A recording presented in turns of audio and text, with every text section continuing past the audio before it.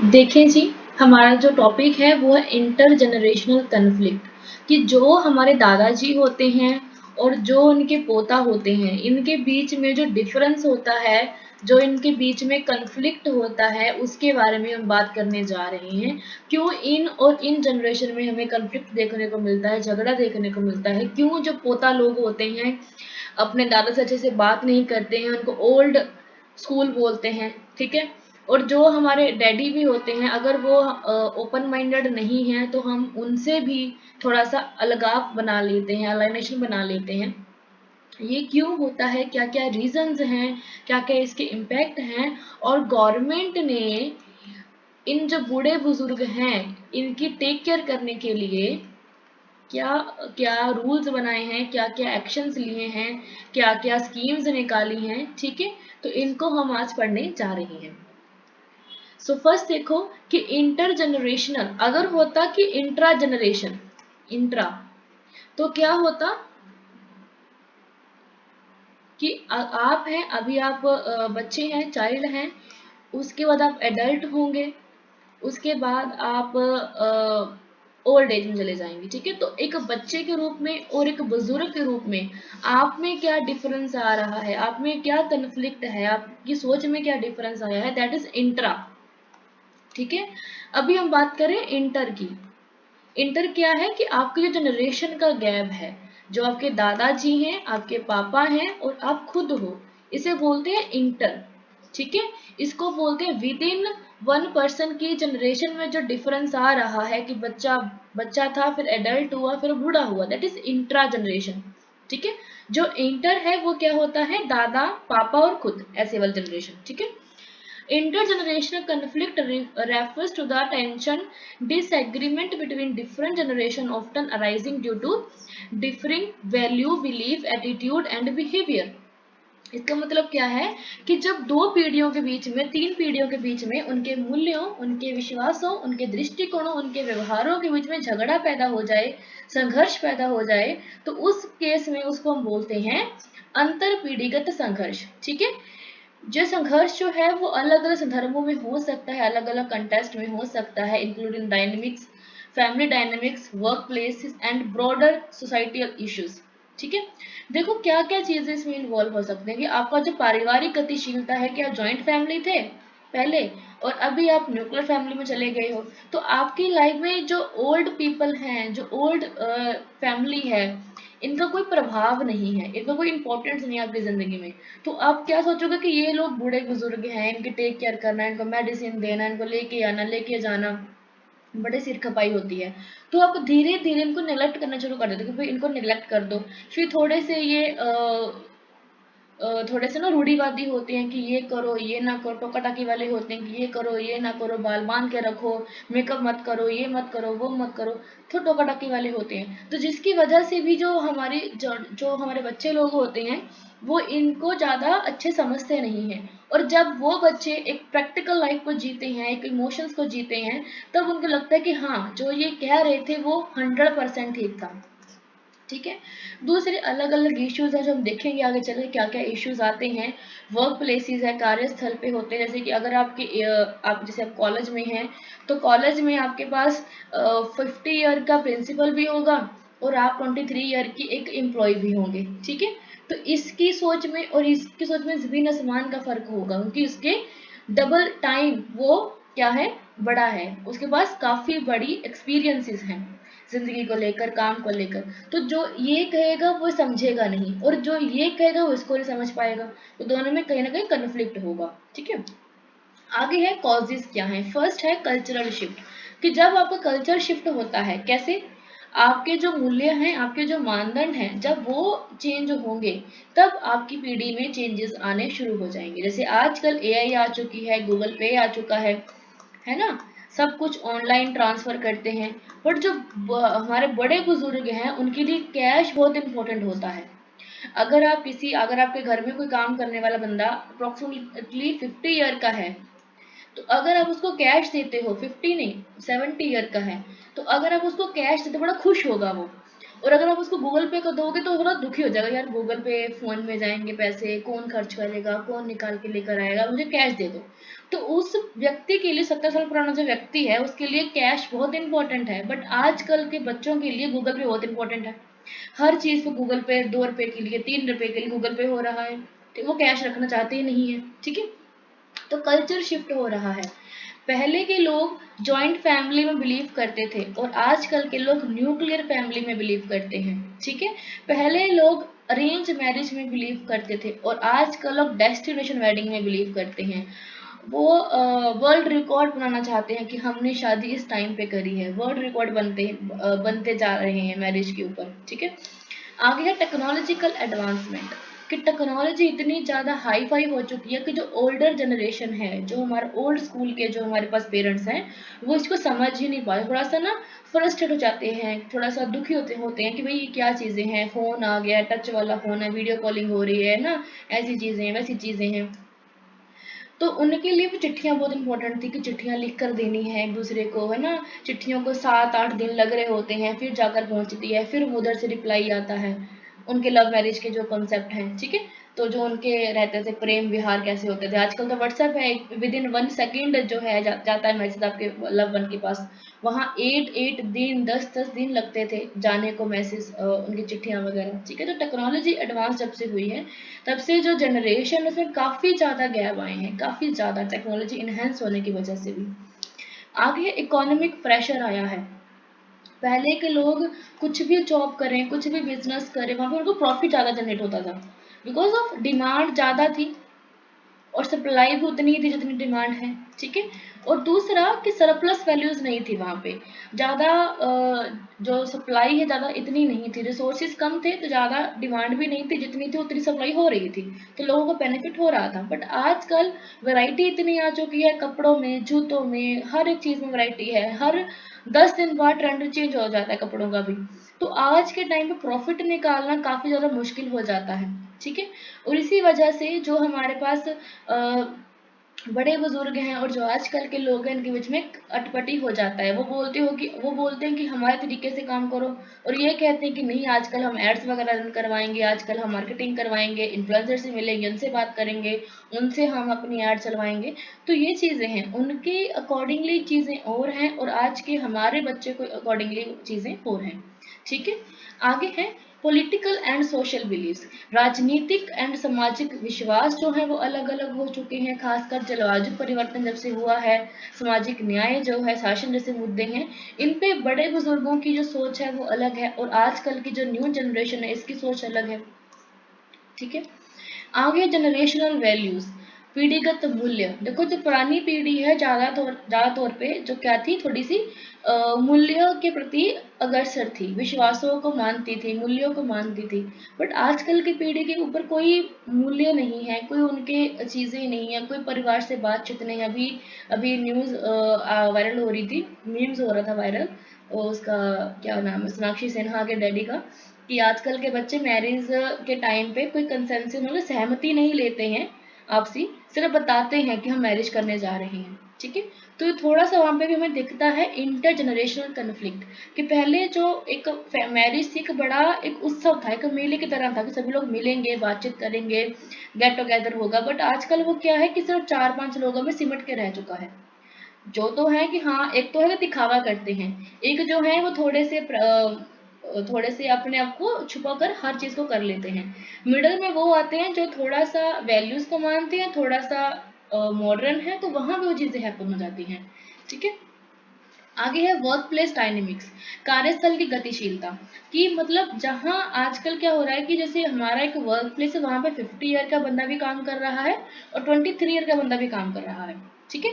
और इनके बीच के जो कार्य करने के तरीके हैं वो अलग अलग हैं। ये थोड़ा थोड़ा सा शॉर्टकट अपनाता है, थोड़ा स्मार्ट वर्क अपनाता है, और ये थोड़ा सा हार्ड वर्क करता है, ज़्यादा हार्ड वर्क करता है, ठीक है, थोड़ा सा ईमानदार है, ऑनेस्टी वाला है, ये थोड़ा सा क्लेवर है, ठीक है। तो यहाँ पे इनके काम करने के बीच में हमें कहीं ना कहीं कंफ्लिक्ट देखने को मिल जाता है। और अगर ये पर्सन इसको कुछ समझाता है तो समझने के कगार में नहीं होता, ये कहता है मुझे सब कुछ पता है, हम MBA हैं, ठीक है, हम हाँ MBA हैं, मुझे सब पता है, ठीक है। आगे है सोशल चेंज, सामाजिक परिवर्तन कि आजकल समाज काफ़ी ज़्यादा चेंज हो रहे हैं, हमारी तकनीकी प्रगति हुई है, सांस्कृतिक मानदंड में चेंजेस आए हैं, आर्थिक परिवर्तन हुए हैं। आजकल लोग स्टार्टअप ओपन कर रहे हैं, बिजनेस ओपन कर रहे हैं, ऑनलाइन वर्क कर रहे हैं, नाइट शिफ्ट्स लग रही हैं, डे शिफ्ट लग रही हैं, बहुत कुछ हो रहा है, जिसकी वजह से जो हमारी पुरानी पीढ़ियां हैं उनके सोचने समझने का जो तरीका था वो आज की पीढ़ियों के अनुकूल नहीं होता है, जिसकी वजह से उनके बीच में झगड़ा होता है, संघर्ष होता है, और फिर वही मारपीट, गाली गलौज, उनको घर से बाहर निकाल देना जब वो प्रॉपर तरीके से टेक केयर नहीं करना। ठीक है, आगे पावर डायनेमिक्स, शक्ति की गतिशीलता। ठीक है, एक होता है कि जब बड़े बुजुर्ग होते हैं ना घर के, उनको लगता है पूरी पावर हमारे पास है, बट जब उनका पोता जब बेटा कमाने लगता है ना, फिर वो सारी पावर अपने हाथों में ले लेता है, और जब वो डिसीजन लेता है उसे पूछता भी नहीं है कि मैं करूं या ना करूं, तो उसको ना बड़ा ईगो पे आती है उसके बाद, ये मेरे से कोई इन्होंने बात मशवरा भी नहीं लिया, मेरे से कोई बात भी नहीं पूछी, अपना सब डिसीजन ले रहे हैं। तो वहाँ पे थोड़ा-सा वहाँ पे गड़बड़ आता है कि भई मुझसे तो पूछ रहे थे कि मैं भी तो इस घर का कोई मेंबर हूँ या नहीं हूँ। ऐसे फिर बातें होती हैं फिर वहाँ पे।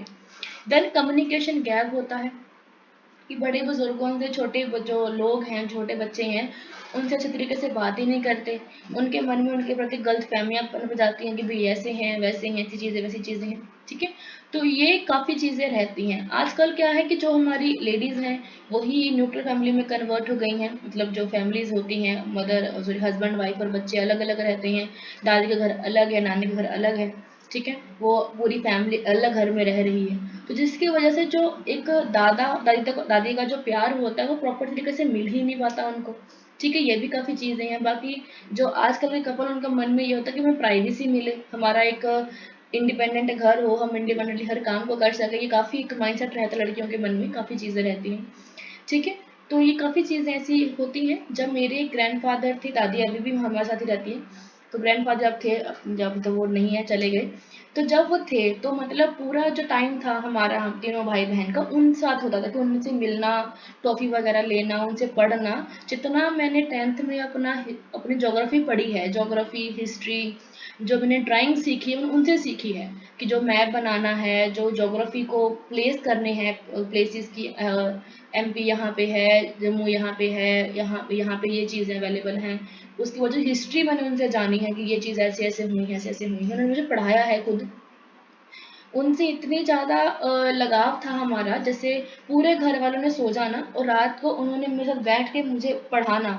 हमें 1-2 बज जाते थे 10th के एग्ज़ाम में, 10th के एग्ज़ाम तक मेरे साथ थे वो। 11th में उनकी डेथ हो गई थी जब मैं 11th में थी। तो उन्होंने मुझे पढ़ाया है। उन्होंने अखबार पढ़नी और मैंने पूरे रूम में हम दोनों ने बैठ के, उन्होंने अखबार पढ़नी और मैंने पढ़ना, ताकि इसको ये ना लगे कि मैं अकेली पढ़ रही है। तो मतलब जब मेरे मम्मी ने ये कह देना कि तुम घर का काम करो, उन्होंने बोला कि नहीं, इसको पढ़ने दो, फिर कुछ काम करवाना है इनसे। तो इतना ज़्यादा उन्होंने सपोर्ट करा है मेरे को, बिकॉज़ ऑफ वो खुद पढ़े लिखे थे अपने फैमिली के अंदर। बाकी भी ठीक थे, बट इतनी फैमिली पढ़ी लिखी नहीं थी। ना मेरे पापा पढ़े हैं, ना मेरी मम्मी पढ़ी है, ना दादी पढ़ी है। इतना कोई पढ़ा लिखा हमारे घर में है जितना मैं पढ़ी हूँ।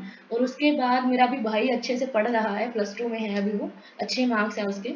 तो मेरे घर में सेकंड चाइल्ड जो है पढ़ने वाला, वो मेरा भाई ही है। ठीक है? आगे देखो, फैमिली रिलेशनशिप कि आजकल इसके इम्पैक्ट क्या पड़ रहे हैं कि पारिवारिक संबंध जो हैं वो थोड़े से चेंज हो रहे हैं। कैसे चेंज हो रहे हैं कि पहले लोग जॉइंट फैमिली में रहते थे कि भाई दादा दादी, नाना नानी, बुआ आ रही, चाची आ रही, अलग अलग लोग रह रहे हैं साथ में, बट आज लोग न्यूक्लियर फैमिली में कन्वर्ट हो गए हैं। ठीक है, वहाँ पे झगड़ा, फिर कुछ ना कुछ यहाँ पे झगड़ा था, कन्फ्लिक्ट था, ये खाना है, वो नहीं खाना, ये करना, वो नहीं करना। तो उस तनाव को दूर करने के लिए लोग अपना घर शिफ्ट कर रहे हैं किसी और मोहल्ले में, जहाँ पे वो अलग रह सकें। और देखो, यहाँ पे भी झगड़ा होगा, हस्बैंड वाइफ में झगड़ा होगा, बच्चों में झगड़ा होगा, और इसको सुलझाने के लिए ये लोग नहीं आएंगे। फिर ये वाला जो झगड़ा है वो डायरेक्टली डिवोर्स तक पहुंच जाएगा। ठीक है, अगर यहाँ पे लोग होते, अगर यहाँ पे झगड़ा होता, तो शायद वो चीज़ डाइवोर्स पर नहीं पहुंचती। ठीक है, बट यहाँ पे ये चीज़ें अवेलेबल नहीं हैं, और यहाँ पे ये लोग अकेले हैं, खुद डिसीजन लेने वाले हैं, तो जो थोड़ा सा झगड़ा भी होगा तो वो डिवोर्स तक पहुंच जाएगा। ठीक है, मारपीट तक पहुंच सकता है। आगे है वर्क प्लेस एफिशिएंसी, ठीक है, कि वर्क प्लेस में क्या होता है कि जो बूढ़े बुजुर्ग हैं वो थोड़ा सा कम अपना प्रोडक्टिविटी निकाल पाते हैं, जो थोड़े से यंगर जनरेशन थोड़ी ज़्यादा अच्छे से प्रोडक्टिविटी निकाल पाती है, ठीक है। तो इस वजह से जो ओल्ड पीपल हैं और जो हमारे पास यंग जनरेशन है, इनके बीच में हमें कन्फ्लिक्ट देखने को मिल जाता है कहीं ना कहीं, बिकॉज इनके जो मूल्य है, इनकी जो वैल्यू है वो अलग है, और इनकी जो वैल्यू है, इनके जो सिस्टम है वो अलग होते हैं। जब ये नॉर्थ है और जो साउथ है, तो ऑब्वियसली बात है ये कभी कनेक्शन में आएंगे ही नहीं, ठीक है। मेरे नोन में एक पर्सन है, he is around 83 year and उनको मैंने एक बार सिखाया था कि गूगल पे चलाते कैसे हैं, उन्होंने सीख लिया, और आज वो गूगल पे से अपना जो है पानी का बिल, बिजली का बिल, अपने फ़ोन का रिचार्ज, किसी को पैसे ट्रांसफ़र करने हैं, वो अपनी दवाई का खर्चा सब कुछ ऑनलाइन कर रहे हैं। अभी वो 83 ईयर के हैं। इट्स मीन कि उन्होंने अपने आप को रिजिड नहीं बनाया, अपने रूल्स के अकॉर्डिंगली, अपने वैल्यूज़ के अकॉर्डिंगली कि मैंने यही नहीं, मैंने यही करना है। वो इतने ज़्यादा मॉडर्न है, इतने ज़्यादा वो समझदार हैं, मतलब मॉडर्न कह सकते, समझदार कह सकते हो, और अपने आप को हर चीज़ में एक्सेप्ट करने वाले हैं कि भाई कुछ चेंज आए उसको मैंने एक्सेप्ट कर लेना है, ताकि जो टेक्नोलॉजी अभी मेरे पास अवेलेबल हुई है इसको मैं देख सकूं, समझ सकूं। और उनको फ़ोन चलाना आता प्रॉपर तरीके से, टच वाला उनको लेकर दिया था, और वीडियो वीडियो कॉल कर लेते हैं, फिर उसके बाद फ़ोटो वगैरह खींच लेते हैं, वीडियो बना लेते हैं, फेसबुक उनके पास अवेलेबल है, इंस्टाग्राम उनके पास अवेलेबल है, मतलब हर चीज़ उनके पास अवेलेबल हमने करके दी, ताकि उनको ये ना लगे कि अभी मैं 83 का हूँ और मेरे पास अभी कुछ चीज़ें नहीं हैं जो आजकल के बच्चों के पास अवेलेबल हैं। तो हर चीज़ उनको हमने करके दी थी, ताकि वो आज की जनरेशन टक्कर ले सकें, कि आज अगर मैं 83 ईयर का हूँ तो मैं अप्रॉक्सीमेटली 23 ईयर का भी हूँ, ठीक है, ऐसे करके। आगे देखो, सोशल कोहेशन कि सामाजिक सामंजस्य, कि समाज में जो लोग हैं वो कहीं ना कहीं थोड़े से विखंडित होते जा रहे हैं। क्यों? क्योंकि उनके वैल्यूज चेंज हो गए, उनके नॉर्म्स चेंज हो गए, ठीक है। उनके मन में ना सिर्फ अपने लिए, सेल्फ के लिए प्यार रह गया, कि मैं और कुछ नहीं। मेरा परिवार, मेरा जो आसपास है, मेरे जो लोग हैं, उनके प्रति उनके मन में कोई भाव नहीं है। और जब वो भाव नहीं होता, फिर वो एक जो सामंजस्य है वो विखंडित की ओर मुड़ जाता है, ठीक है। तो ये भी चीजें रहती हैं कि जो समाज में एक सामंजस्य था, कि लोग मिलजुल कर रहते थे, भाव था हमारे बीच में कि भाई ये मेरे नेबर हैं, चाचा जी हैं, ताया जी हैं, तो वो चीज रह ही नहीं गई आज के जो नॉर्म्स के अकॉर्डिंगली, ठीक है। आगे है पॉलिसी एंड गवर्नेंस, कि आज के गवर्नमेंट के द्वारा जो अंतर पीढ़ीगत असमताएं हैं, इनको ठीक करने के लिए काफ़ी सारी पॉलिसी वगैरह निकाली है, काफ़ी सारी गवर्नेंस के स्कीम्स निकाली हैं, ताकि जो बड़े बुजुर्ग हैं इनकी टेक केयर अच्छे से हो सके। जैसे अभी एक पॉलिसी मेरे ख्याल से जो निकाली थी, उसमें ये कहा गया था कि अगर किसी बुजुर्ग के पोता पोती या उनके बेटा बेटी उनको अच्छे से टेक केयर नहीं करते हैं, तो जो भी इनकी प्रॉपर्टी है, उसके अधिकार, जो उसके जो अधिकारी हैं वो उनके बच्चे नहीं होंगे, ठीक है। ये काफ़ी चीज़ें उनको कही गई थी, ताकि जो बच्चे हैं वो अच्छे से इनकी टेक केयर करके रख सके। आगे है स्ट्रेन्ड रिलेशनशिप, तनावपूर्ण संबंध पैदा हो जाते हैं पीढ़ियों के अंदर, बिकॉज अगर पीढ़ियों में झगड़ा है, लड़ाई है, तो कहीं ना कहीं उनके बीच में तनाव होगा, क्रोश होगा, और उनका कम्युनिकेशन ब्रेक हो जाएगा, प्रॉपर तरीके से नहीं हो पाएगा, ठीक है। तो ये काफ़ी चीज़ें ऐसी हैं जो थोड़ी सी कन्फ्लिक्ट पैदा कर देती हैं। मेरे दादाजी और मेरे पापा से थोड़ी सी कन्फ्लिक्शन थी, पर चाचू से काफ़ी ज़्यादा थी, काफ़ी ज़्यादा उनसे झगड़ा होता था चाचू के साथ, मेरे दादाजी का, ठीक है। तो काफ़ी ज़्यादा उनमें ना थोड़ी सी एक मेल ईगो भी थी, कि भाई मैं घर का मुखिया हूँ, मेरी हर बात को मानो। अगर कोई उनकी बात को नहीं मानता था ना, तो उन्होंने किसी के हाथ का खाना खाना ही नहीं, उन्होंने खुद बना लेना अपने लिए खाना, कि मैंने नहीं खाना ना अपनी वाइफ के हाथ का, ना किसी के हाथ का, ना बहू के हाथ का, ना किसी के हाथ का। वो खुद बनाते थे अपना खाना, खिचड़ी वगैरह बना ली, खाना रोटी वगैरह बना ली, अपने लिए खुद बना लेनी, सब्जी खुद बना लेनी उन्होंने, कि एक मेल ईगो थी उनके बीच में। तो उसकी वजह से उनके उनके बेटे के बीच प्रॉपर तरीके से जो कनेक्शन है वो प्रॉपर तरीके से बैठ ही नहीं पाए। तो ये भी रीजंस रहती हैं, जहाँ पे एक परिवार में झगड़ा होता है, वहाँ पे कहीं ना कहीं तनाव बना रहेगा। अगर हम कहते थे, जैसे मुझे याद है, जब मेरे चाचा जी घर पे आ गए, पापा घर आ गए, दादाजी घर आ गए, तो हमने क्या ना 8 बज गए, मतलब कि अब लड़ाई शुरू हो जाएगी। हमने ऐसा बोलते थे कि 8 बज गए, ठीक है। मतलब कि उन्होंने कुछ ना कुछ टॉपिक तो बात करने के चालू करना कि हाँ ये हुआ ये हुआ ये हुआ, पर वो बात कब कहाँ पे लड़ाई में कन्वर्ट हो जाएगी उसको कुछ नहीं पता था कि कब क्या हो जाएगी, ठीक है। आगे है सोशल चेंज, सामाजिक परिवर्तन, कि समाज में काफ़ी सारे चेंजेस आ रहे हैं इसकी वजह से, क्योंकि जो बड़े बुजुर्ग हैं थोड़ा सा वो ईगो टाइप से रहते हैं, थोड़ा सा रूढ़ीवादी हैं, चेंज नहीं हो रहे हैं आज के टाइम के अकॉर्डिंगली। जो छोटे बच्चे हैं वो चाहते हैं कि वो थोड़ा सा चेंज हो जाए, मॉडिफिकेशन अपने आप को कर लें, बट वो भी नहीं करते, वो भी नहीं करते, फिर इन दोनों के बीच में झगड़ा होता है, लड़ाई होती है, ठीक है। आगे है पॉलिसी इम्प्लीकेशंस। देखो आजकल पीढ़ियों में जो टकराव हो रहे हैं इसको सोल्यूशन देने के लिए गवर्नमेंट के द्वारा अलग अलग स्कीम्स निकाली हैं ताकि इनके बीच में झगड़ा वगैरह ना हो, और जो बच्चे हैं अपने दादा की अपने पापा की अच्छे से टेक केयर करें। काफ़ी सारे उन्होंने रूल्स वगैरह निकाले हैं, बट फिर भी ऐसे कई हमने केसेस देखे हैं, रोज़ केसेस आते हैं कि किसी ने अपने माता को घर से बाहर निकाल दिया, पिता को घर से बाहर निकाल दिया। हमारे इधर होम एक बहुत बड़ा ओल्ड एज होम बना हुआ है, तो वहाँ पे कितने सारे बुजुर्ग बैठे रहते हैं जो वेट करते हैं कि हमारे बच्चे आएंगे हमें लेने के लिए।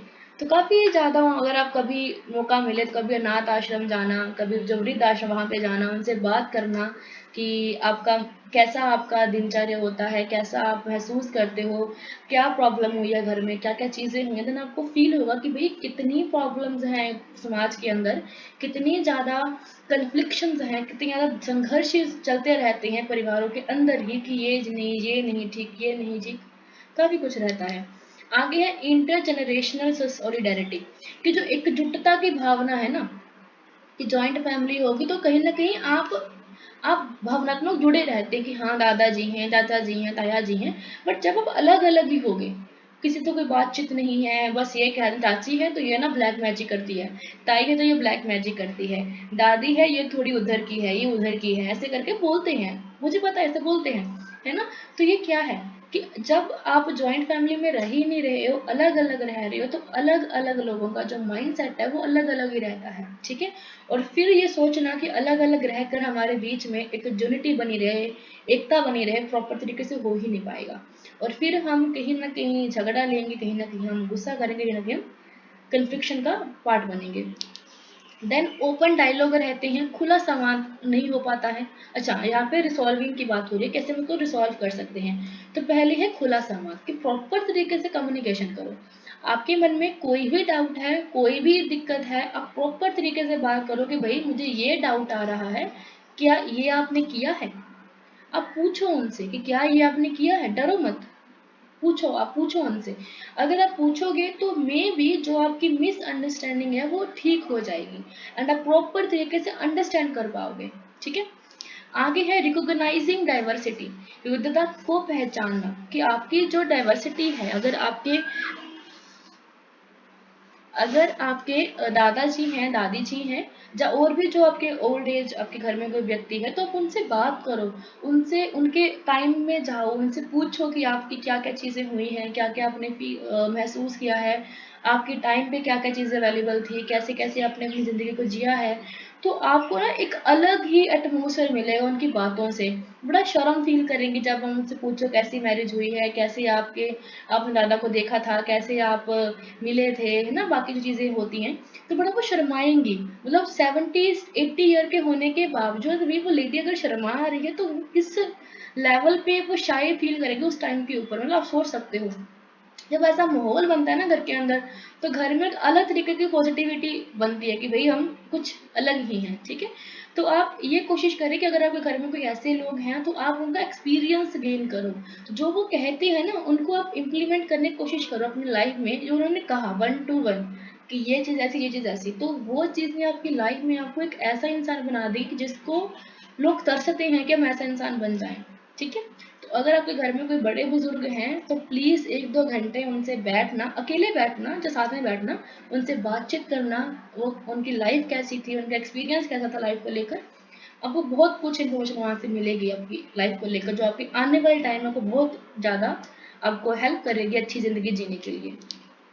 आगे है इंटर जनरेशनल प्रोग्राम, कैसे काफ़ी सारे प्रोग्राम गवर्न होते हैं गवर्नमेंट की तरफ से, प्राइवेट इंस्टीट्यूट की तरफ से, कि जहाँ पे आपको सिखाते हैं कि आपने अपनी जो बड़े बुजुर्ग हैं उनसे बातचीत कैसे करनी है, कैसे उनको कंफर्टेबल जोन पे लेकर आना है, कैसे आप एक दूसरे को सब कुछ सिखा सकते हो। ठीक है, देखो जो बड़े बुजुर्ग होते हैं ना थोड़े तो बच्चों की तरह होते हैं, मोस्टली बच्चे होते हैं। अगर आप उनसे प्यार से बात करो, अच्छे से बात करो, थोड़ी सी मस्ती करो, तो वो काफ़ी ज़्यादा ना ओपन होते हैं कि भाई कोई आया है हमारे पास, कोई हमसे बात करने आया है, तो वो बड़ा खुश होते हैं, आपको ब्लेसिंग्स देते हैं। ठीक है, बट अगर आप उनसे गुस्से से बात करो हरदम कि ये नहीं है, वो नहीं है, ये नहीं है, वो नहीं है, तो वहाँ पे कुछ ना कुछ भी नेगेटिव होगा, फिर घर का माहौल तनावपूर्ण बनेगा, और फिर वहाँ पे कुछ ना कुछ नेगेटिव हैपन होगा घर के अंदर।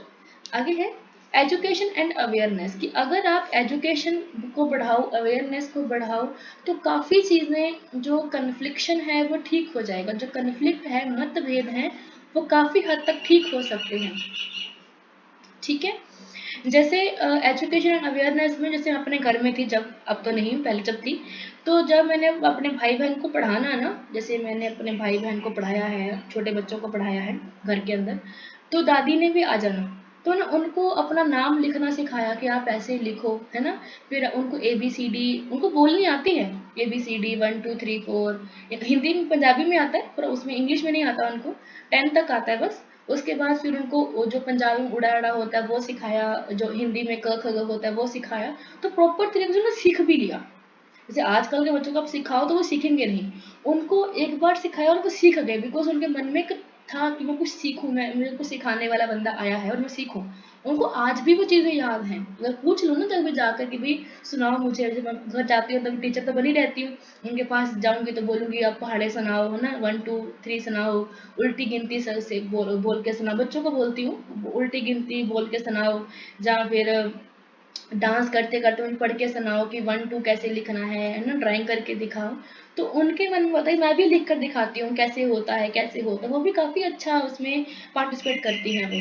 ठीक है, आगे है कोलैबोरेशन एंड कोऑपरेशन, कि आपके अगर अगर आपके घर में जो पीढ़ियां हैं, जो आपके पास बड़े बुजुर्ग हैं, तो आप उनकी सहायता लें, जैसे खाना बनाना है तो उनसे सीख सकते हो, घर की सफाई सीख सकते हो, या फिर जो चीज़ें हैं जैसे पब्लिक डीलिंग कैसे करनी है, लोगों से बातचीत कैसे करनी है, आफ्टर द मैरिज लाइफ कैसी चाहिए, तो वो चीज़ें आप उनसे सीख सकते हो कि कैसी चीज़ें उन्होंने देखी है अपनी लाइफ में, क्या चीज़ें आज के टाइम पे हैपन हो रही हैं, तो आप उनसे वो बहुत कुछ सीख सकते हो। ठीक है, तो कोऑपरेशन एंड कोलैबोरेशन दोनों अगर आप करते हो, तो जो एक कन्फ्लिक्ट पैदा होता है वो कभी भी पैदा नहीं होगा। ठीक है, चीज़ें रहती हैं। आगे है गवर्नमेंट इनिशिएटिव्स कौन कौन से लिए गए हैं, तो फर्स्ट है the age discrimination in employment act. एक मतलब एम्प्लॉयमेंट एक्ट निकाला गया था कि एज के बेस पे आप किसी को भी जॉब के नाम पे भेदभाव नहीं करोगे। अगर किसी की एज 40 ईयर है, जब उससे ज़्यादा है, तो उसको भी आप कोई भेदभाव किए बिना उनको जॉब पे रखो। ठीक है, ताकि जो लोग अभी 50 ईयर के हो चुके हैं, तो जो अभी रिटायर हो चुके हैं अपनी जॉब से, तो उनको जॉब वगैरह दी जा सके। ठीक है, आगे है प्रधानमंत्री ग्रामीण डिजिटल साक्षर अभियान, कि जो ग्रामीण एरिया में जो बड़े बुजुर्ग रह रहे हैं, जो ओल्ड पीपल रह रहे हैं, उनको डिजिटल एजुकेशन प्रोवाइड करवाना, कि आप फ़ोन चलाओ, गूगल पे सीखो, फ़ोन पे सीखो, फ़ोन चलाना सीखो, वीडियो कॉल करना सीखो, ये सब चीज़ें उसमें रहती हैं। ठीक है, आगे है वरिष्ठा पेंशन बीमा योजना, कि जो वरिष्ठ लोग हैं, जो हमारे पास बड़े बुजुर्ग हैं, उनके लिए काफ़ी सारी बीमा योजना लॉन्च करी गई थी गवर्नमेंट की तरफ से, ताकि जो बड़े बुजुर्ग हैं अगर उनके पास वो गवर्नमेंट जॉब नहीं है, वो प्राइवेट जॉब में थे, तो अगर वो अपनी एज से पहले कुछ अमाउंट जमा करवाते हैं बैंक में, तो उनको उनकी रिटायरमेंट के टाइम पे जब 65 एज हो जाएगी, रिटायरमेंट वाली एज, तो उसके बाद उनको पेंशन लग जाएगी 3000 रुपये वाली मंथली रुपीज़। ठीक है, आगे नेशनल कैरियर सर्विसेज। ठीक है, कि इसमें कैरियर सर्विसेज लॉन्च करी गई हैं यंग लोगों के लिए भी एंड ओल्ड लोगों के लिए भी, कि जो लोग काम करना चाहते हैं उनको काम वगैरह प्रोवाइड करवाया जा सके। आगे सीनियर सिटीजन वेलफेयर फंड, कि जो सीनियर सिटीजन हैं उनके लिए कल्याण निधि प्रोवाइड करवाना, ताकि उनको कुछ फंड वगैरह दिया जा सके मंथली बेसिस पे, क्वार्टरली बेसिस पे। आगे national programme for health care of the elderly, कि जो लोग एल्डर हैं, जो लोग बड़े हैं,